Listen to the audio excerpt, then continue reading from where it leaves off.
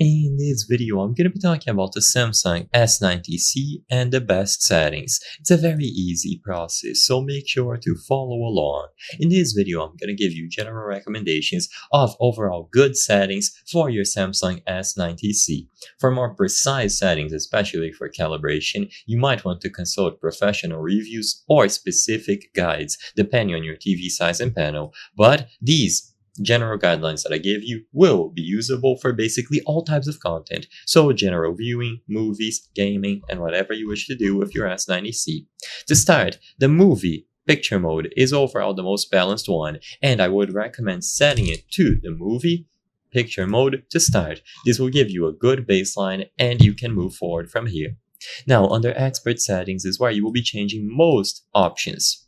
You will see these levels here, so brightness, contrast, sharpness, and color, and I recommend setting it to these amounts. Of course, depending on how bright or dim your room is, you might want to increase the brightness accordingly, but for the other settings, these are going to be pretty much set in stone.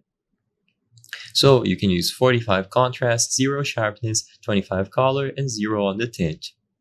Next, regarding picture clarity, set this to off alongside contrast enhancer. These options should be disabled if HDR is not being used.